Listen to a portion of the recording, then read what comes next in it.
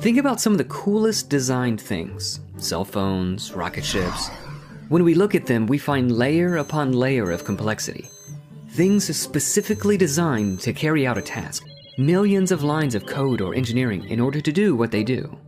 The more we understand about how these apps or spaceships work, the more impressed we can be at the sheer amount of information needed to create all these parts and get them working together to perform a function.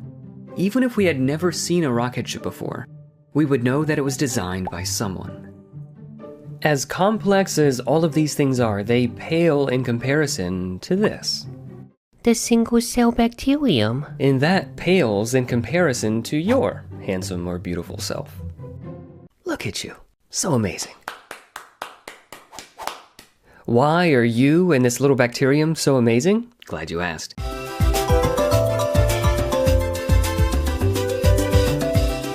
Running your cell phone and these spaceships are thousands of lines of code, as well as the hardware that makes them do their thing.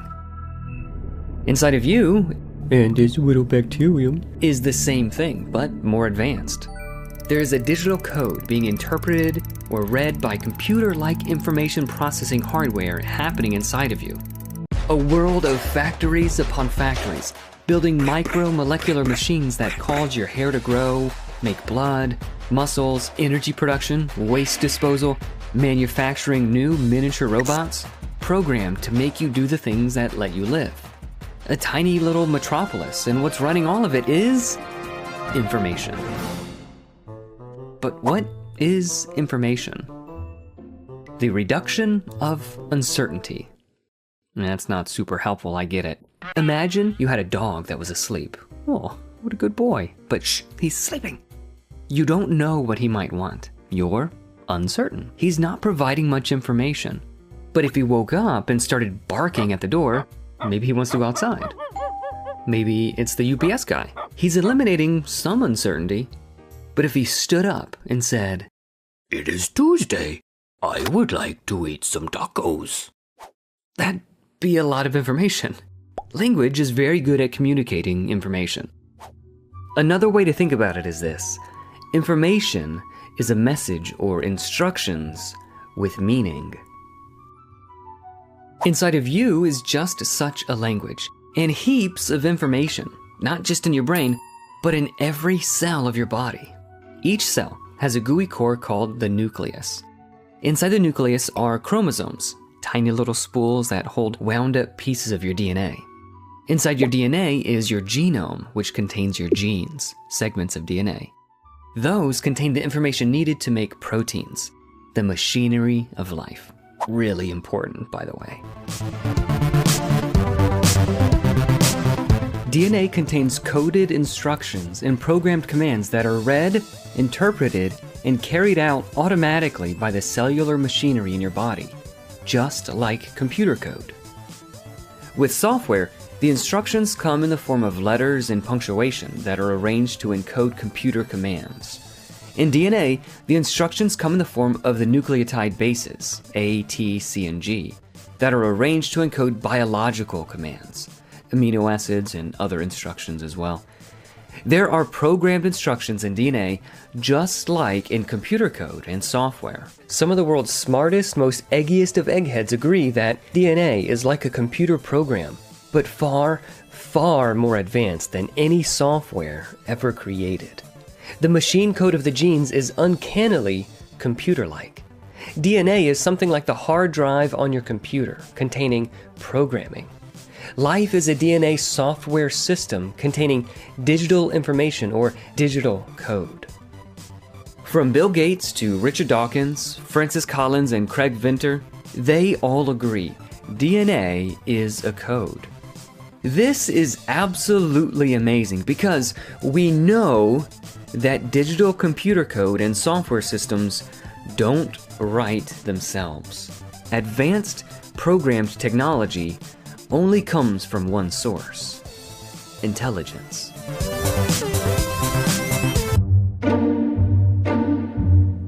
Of course, some people claim that the DNA code is an exception. They say it could have developed without intelligence. Random mutations or errors could somehow add up over time and create the software code that runs life. Well, think about any software you know. Is a random change going to improve things? Or will it tend to break things? If you change computer code, sometimes even the slightest change, it'll break. Change DNA and, sorry to say it, you don't get superpowers. You'll get cancers or other horrific diseases or even death. Random changes are about as likely to produce functional software code or DNA code as random typing will make an intelligible novel or paragraph or even a single sentence. Whoa. Mutations and errors break DNA. Fortunately for us, our DNA code is more advanced than regular old computer code. It has special features designed right into it to automatically minimize potentially dangerous mutations. Remember, the DNA code works because of how the nucleotide bases are ordered. How they're arranged determines the things that they make. And they're read by cellular machinery not one at a time, but 3 at a time in a group called a codon. Some codons will build one of the 20 different amino acids, which are the building blocks of proteins. Other codons act as signals to start or stop the process of reading a gene. It's a very finely tuned process with multiple redundant safeguards, because one amino acid can be coded by multiple different similar codons. This brilliantly minimizes the detrimental effects of mutations on the DNA code. Sort of like how some words still mean the same thing even if a single letter is different, like color, or gray, or advisor. Basically, the British spell words wrong all the time, but we still know what they mean, usually. In English, only a few words are like this, but with DNA, it's like this for every combination of letters. In other words, the genetic code is specifically set up to minimize the effects of mutations. Like one of those toys you can't knock over, the genetic code is designed to be quite hard to keep down. Here's how it works. Say you need some of the amino acid building block leucine in your life. Your DNA could code for that with a codon CTA. But what if a little error snuck in? A little rogue particle knocked your DNA around, changing it to CTT. Oh no, surely now you're gonna know. Oh no, that still makes leucine. You're totally fine. Well, what if another radioactive particle came in, smacked your DNA around some more and changed it to CTC, or CTG, or even TTG? No worries, bud. Like I said, your DNA is exquisitely designed to resist mutations that change the amino acid. Even mutating TTG further to TTA would still make leucine. Your body would still be happily humming along, subscribing to this YouTube channel, liking this video, even with all of that nonsense happening inside of you. Information and code are running the show in biology. Your body is amazing. But would you believe it if I told you it gets even more amazing than that? Good. Because it does. Hey there, fellow science nerds. Are you ready to dive into the mysteries of life, explore the wonders of nature, and unravel the secrets of evolution? Well, buckle up, because Long Story Short has got you covered. Join our brand spanking new Patreon to support the channel and help us create more amazing content. We'll turn your dollary dues into tacos, and those tacos into poo, and those tacos into more science videos. Click the link in the description to join now. Alright, where were we? We're only scratching the surface of how impressive, how packed with information your genetic code is. For each codon, set of 3 letters, there isn't just one way for it to be decoded. There are 6 possible ways. And organisms like viruses and even bacteria can make use of all 6 open reading frames. The genes actually overlap one another, not only incredible amounts of information, but information compression. This doesn't happen by chance. Maybe you've heard of palindromes, words that have the same spelling forward and backward, like race car, tennis, kayak. It's a neat trick, but not quite information compression. You're not packing more information into the same amount of space, it's just redundant information. But what if you had words that spelled one thing forward and a different thing backwards? A heteropalindrome. That would be special. These words do exist, and they are very rare. It's even more rare to have an intelligible sentence using heteropalindromes. Let's try to make one.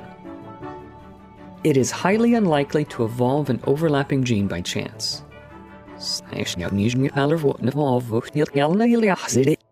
You end up with gibberish.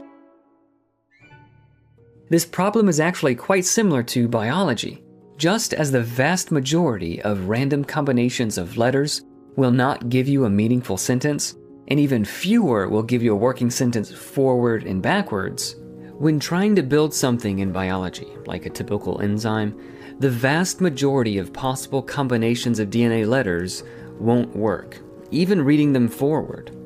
If you had the additional requirement of needing to be read not just backwards, but multiple different ways, let's just say the odds don't get any better. This heteropalindromic information in DNA is an astonishing form of information compression that strongly suggests intelligent design.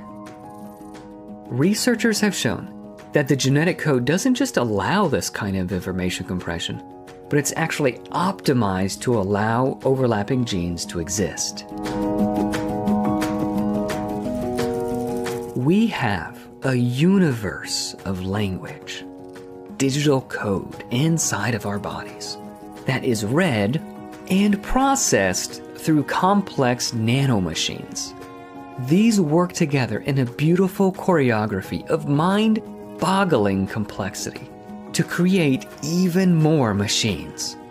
Where in your experience do things like language, proofreading, nanomachines, and information-rich code come from? You know the answer. They have only one known cause: intelligence. Books have authors, machines have inventors, code has coders.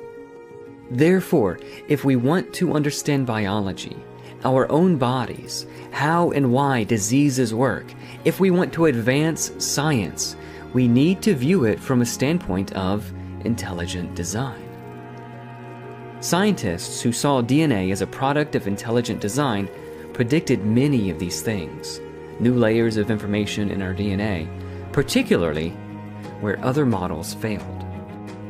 But more on that in the next video. Thanks for watching.